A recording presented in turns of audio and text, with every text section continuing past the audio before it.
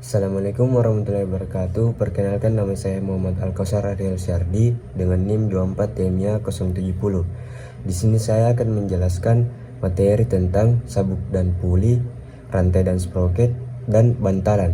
Kita mulai dari transmisi sabuk dan puli. Definisi sabuk dan puli merupakan elemen transmisi gesek yang digunakan untuk memindahkan daya dan putaran dari poros satu ke poros lain yang memakai puli yang berputar pada kecepatan yang sama atau kecepatan yang berbeda. Keuntungan transmisi sabuk: pertama, tidak perlu pelumasan. 2. Halus pada putaran awal dan saat berhenti. 3. Jangkauan tenaga yang luas. 4. Putaran yang halus dan tidak berisik. 6. Meredam getaran. Jenis-jenis sabuk: berdasarkan bentuknya, sabuk dapat dibagi menjadi 3 kategori, yaitu flat belt, V-belt, dan circular belt. Sabuk rata atau flat belt merupakan sabuk yang berbentuk rata yang mentransmisikan daya dalam ukuran sedang dan jarak maksimum dari puli satu ke puli lain, tidak melebihi jarak 8 meter. 2. V-belt merupakan sabuk yang berpenampang trapesium yang diputar pada puli yang beralur V yang dapat mentransmisikan daya yang cukup besar dari satu puli ke puli lainnya dengan jarak antar puli yang tidak bisa terlalu jauh.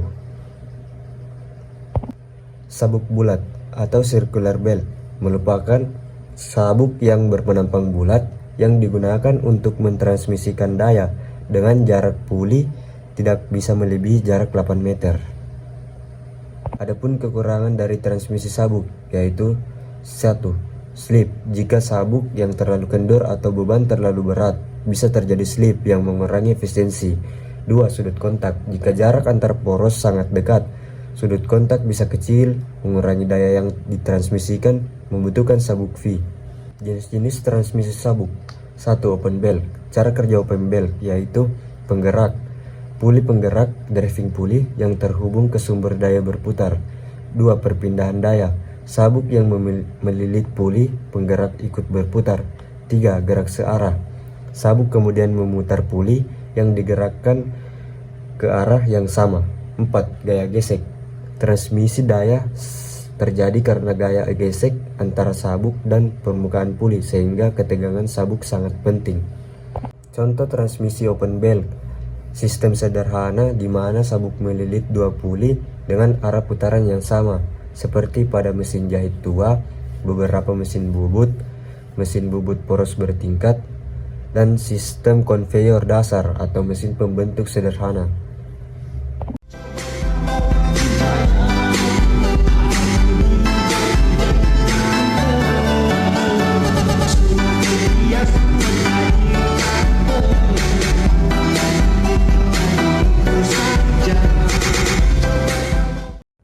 Rantai dan sproket.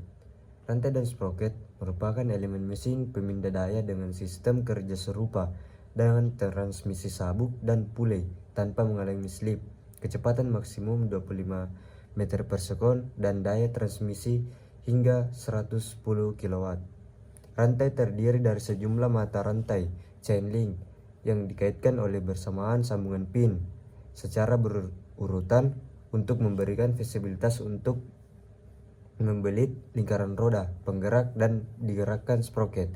Sproket di sini mempunyai gigi yang dengan dibentuk khusus dan terpasang pas dalam sambungan rantai dan dipaksa untuk bergerak bersama-sama tanpa slip, dan rasio kecepatan dijamin sempurna.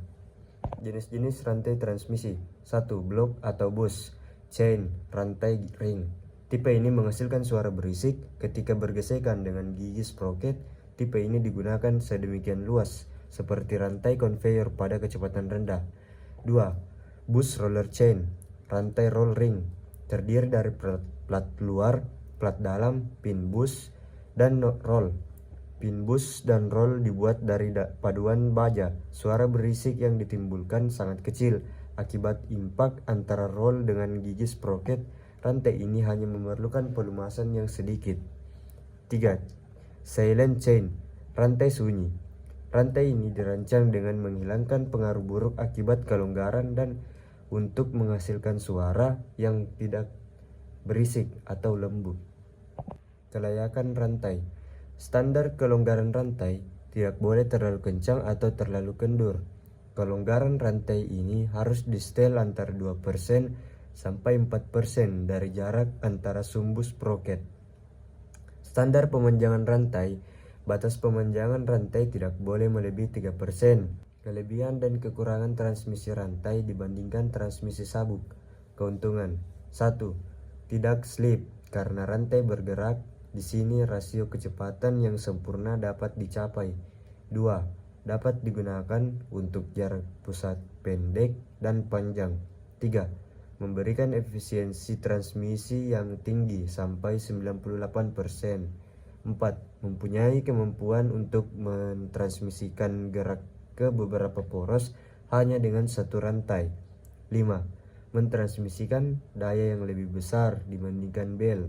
6. Rasio kecepatan yang tinggi dari 8 sampai 10 dalam satu tahap.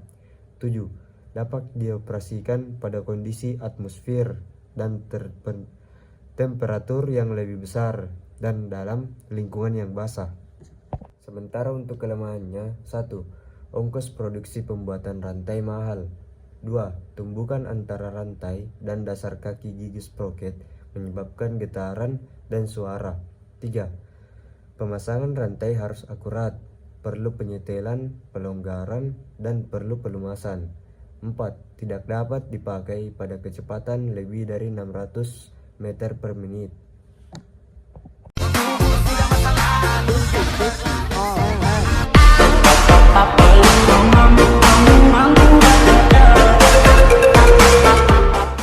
Tiga, bearing.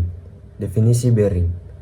Bearing adalah elemen mesin yang menumpu poros atau shaft agar dapat berputar dengan gesekan minimum sekaligus menahan beban radial atau aksial.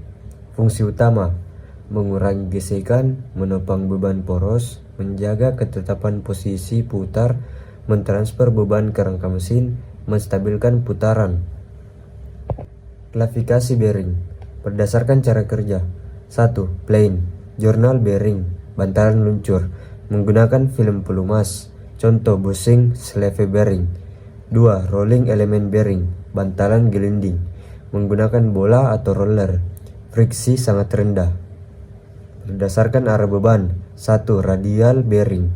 2. Torus bearing atau aksial. Klasifikasi bantalan gelinding. 1. Ball bearing, deep groove, untuk beban ringan, sedang, kecepatan tinggi. 2. Angular contact ball bearing, untuk beban kombinasi, mampu menahan beban aksial besar. 3. Self-aligning ball bearing, dapat mengoreksi misalignment. Roller bearing.